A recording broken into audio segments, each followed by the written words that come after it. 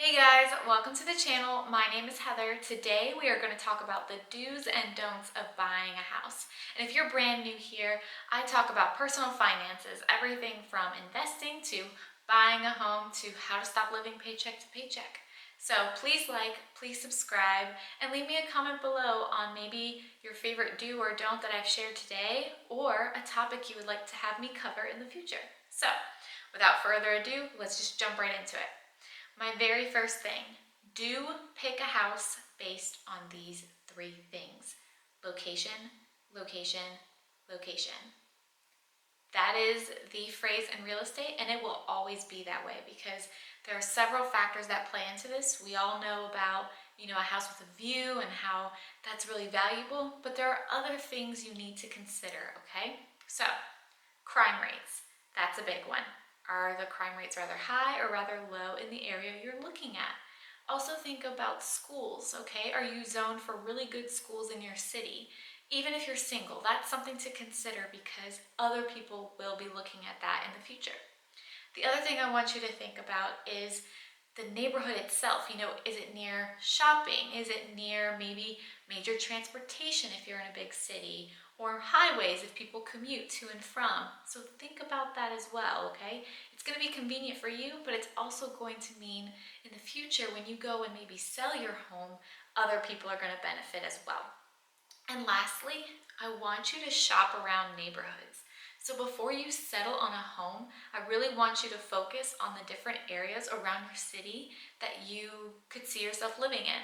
And again, with the eye of an investor, make sure you're going there at, Tuesday at 2 o'clock, but you're also going there on a Friday night at 9. That saved us from buying a home where apparently the people at the end of the street were really always throwing a party, and it seemed like the whole street was just a bit of disarray come Friday nights. So have that in mind. Again, shop neighborhoods, go there several times throughout the week so you get a feel of what you're buying, all right? So that's my first one. Now, secondly, don't buy a house based on your emotions, okay? This is the largest purchase you will probably ever make. There should be no emotions involved. I want you to just focus on this again, like an investor. Look at the numbers, look at comparables in the neighborhood that you're looking at, but don't let the emotions take over, okay? When emotions take control, that's when people make decisions they would normally not make, and it usually means you're going to end up spending more money in the end, all right? So if you really do have this great feeling about a home, take a step back, think about why you have this feeling. Is it your style? Is it maybe the yard, the neighborhood? Factor all of that in and think about how you might be able to find that same feeling somewhere else, especially if it means saving you in the long run from making a really poor financial decision. All right, so don't go off your emotions. Now, my third one, this one's really important as well, okay? And it is, do pick a house with potential. Now, we all know about move-in ready and, brand new construction, and it has a lot of appeal to a lot of people. But you pay more when you buy a brand new home, when you buy in so-called move-in ready. Now, in my mind, a lot of homes are move-in ready, but maybe it's not your style. Maybe it does need some carpet replaced because it's kind of dated. The kitchen's maybe not upgraded. So what? That's how you're going to find your bargain, okay? Make sure, of course, you're looking at location as your primary focus, but finding a house that's maybe the plain Jane on the block when all the other homes are really nice and you're in a great spot, that's how you're gonna make your money in the end, okay? So look at a house with potential. It can mean everything from flooring to maybe it has popcorn ceilings. So what? Take it off, scrape it off. Just think about what you can do. Go in with the eye of investors. So many people can't see past some bad carpet and bad furniture, which is amazing to me. So look for a house with potential.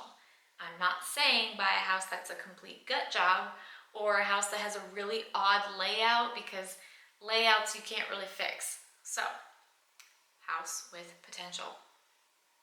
And my next don't offer full price. least not to start. When you're starting out in this whole negotiation, start low. And I'm not saying completely, start lowballing them with a $100,000 offer on a $300,000 home. What I'm saying is put in something that's less than their full asking price, but that might motivate them to come back and negotiate with you, all right? So with our home, we offered $30,000 less than their asking price. Well, come to find out, somebody else put in an offer on the exact same day, so the seller went to both parties and said, hey, best and final. So, taking all that into account, we didn't let our emotions get in the way, but we knew our threshold. So it came up another $15,000. Lo and behold, we got the house. Now, we could have put in a full offer at that point because we were nervous with somebody else now in the equation, but we didn't. We said if we lose the home, we lose the home. It's not a big deal. There are thousands of other houses that we can look at, all right? So don't offer full price because you really can save money in the long run. And be patient in that process. You might lose a few homes, but it's totally okay. So don't offer full price. Do save more than 20%. Now they say that because when you are going to buy a home, they want the 20% so you can avoid PMI, which is private mortgage insurance, and you never see that. So I definitely suggest you buy a home with 20% down. However, there are other things you need to consider. Fees. There are a lot of fees when you are buying a home. And if this is your first time, you'd be surprised how much they'll tack on, okay? There's an underwriting fee, they have title insurance, there's an appraisal fee. I mean, the list kind of goes on. So it will depend on your location and your lender, but typically you should expect to pay anywhere between 3 and 5% of the purchase price, all right? So right in that 3 to 5% range, have that saved up, ready to go, because you will be hit with fees. And the other thing, you're buying a home, you're taking on a huge responsibility. You need to have an emergency fund. Don't be house poor. You don't want to sit there by the light of your phone eating all versions of pasta that you can afford because that's it. That's all you can keep in your house right now. So don't do that to yourself. Make sure you have more than 20% because you have fees coming your way. And also, you need some cushion, all right? Something is going to happen those first 90 days. I guarantee it, okay? Inspectors miss things too. So, have more than 20%. Here's my next one. Don't make an offer without a pre-approval letter.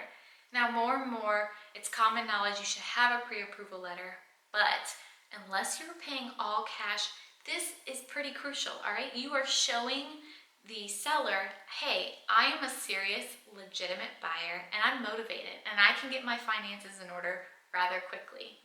So have the letter for that reason, but also because that letter tells you what the bank is willing to approve you for.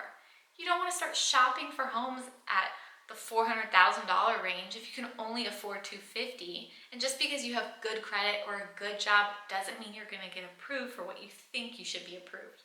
Okay, so have a pre-approval letter, have it ready to go, unless of course you are a cash buyer. And lastly, do shop for mortgage lenders. Just because you have a pre-approval letter doesn't mean you are locked in with that bank, okay? Please shop around, get at least 3 quotes, all right? Just because a bank over here gives you 3.5% doesn't mean another bank couldn't come up and offer you 3%. And if you think about 3.5% versus 3% with the purchase of a home, that is significant. That's thousands of dollars you've saved right there. And all it takes is a little bit of time, all right? So get at least 3 quotes. Please do this. Do shop for mortgage lenders, okay? And those are my tips and tricks. So those are my 7 do's and don'ts for buying a home. I hope they're really helpful for you. If this video was helpful in any way, please give it a thumbs up. It would really help this channel. It's brand new. We're trying to grow, and we're trying to bring you more content on personal finances so you can find financial freedom. And also, leave me a comment below on some topics you want me to cover because, again, I'm here to help you along your journey. I've been through quite a bit of growth in this area, so my goal is to help you too. Thank you so much. I will catch you on the next video.